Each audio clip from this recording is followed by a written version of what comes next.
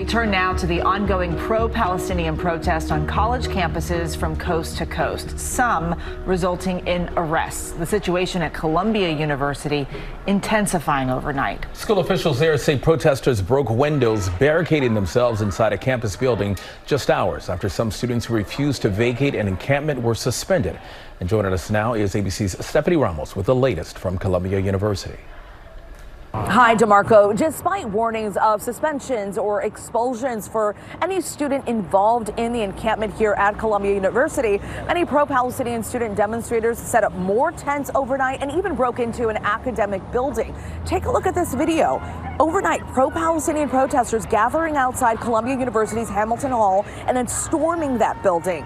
Video capturing students slamming desks, breaking windows, and barricading themselves inside. Just after 12:30 this morning, dozens of students left the encampment and entered that hall. Students defiant, refusing to dismantle their encampment. We spoke with a student who has been in talks with university officials, and he tells us the bombing in Gaza needs to stop. That's how he says the war will end. Officials have not commented yet on the actions of the students who broke into that building overnight, but we know right now that those negotiation talks between university officials and student demonstrators who say they want the university to divest from companies that are profiting from Israel, those talks are at a standstill, Eva.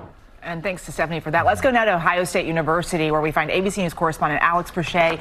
Alex, there were a number of arrests at a protest there. Where do things stand right now? Well, Eva, so we're less than a week away from graduation ceremonies, and the reality is that a number of students that were arrested at that protest are now dealing with arraignments. A batch arraigned yesterday, another will be arraigned tomorrow, and now we're seeing protests at city council meetings and also the state capitol and the courthouse to have those charges dropped. Meanwhile, we've heard calls from students here that kind of echo what we've heard across the country, specifically from Jewish students, that there's a concern, an increased concern about campus safety. And Alex, again, you just said you got a chance to talk to those students. What else have they said about this whole ordeal? Yeah, DeMarco. So it depends, obviously, on who you talk to, but there are a number of really thoughtful students here on each side of this issue. They talked about the necessity for discourse and how that's playing out on college campuses. Take a listen. Students protesting is not something that's new.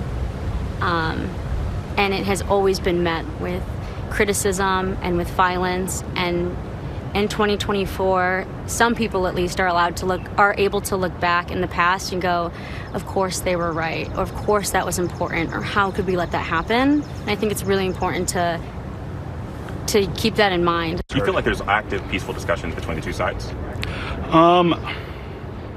I think there's a lot of emotion involved when it comes to the topic, because obviously there are a lot of people affected on this campus. I know people personally who've been affected, who've had family die during not only this war, but in the past due to bombings. I would love there to be, I'm not a hateful person. I would love for there to be peace on our campus and walk out of my classroom, walk out of my house and feel comfortable wearing the star around my neck and being proud to be Jewish, and walking up to someone who's Muslim and being proud to share about my culture and have them share their culture with me.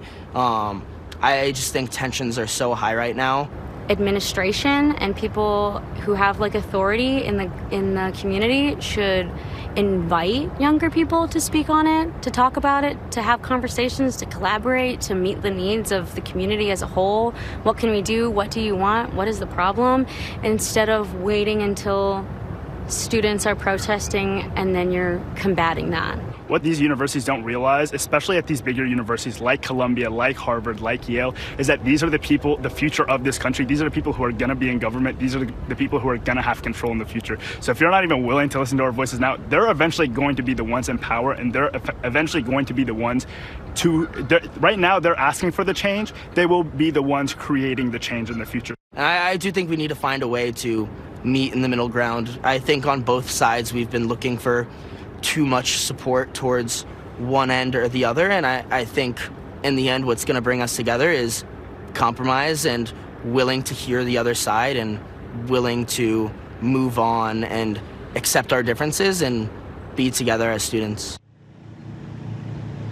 Well, and so tensions here on campus have certainly kind of died down since the weekend, but there is a recognition that this issue is still very a hot button, right? And certainly people are passionate.